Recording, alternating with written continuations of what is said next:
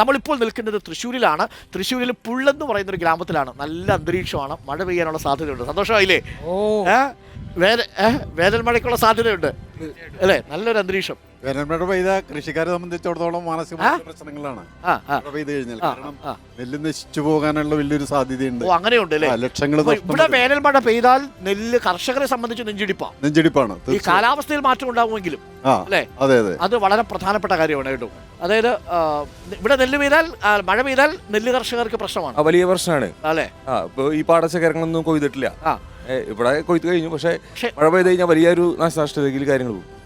Okay, നമസ്കാരം. താങ്കൾ പഞ്ചായത്ത് പ്രസിഡന്റാണ്. പേരെന്താണ്? മോഹൻദാസ് അല്ലേ? എന്താ ഇവിടുത്തെ ഒരു മൊത്തത്തിലുള്ള അവസ്ഥ?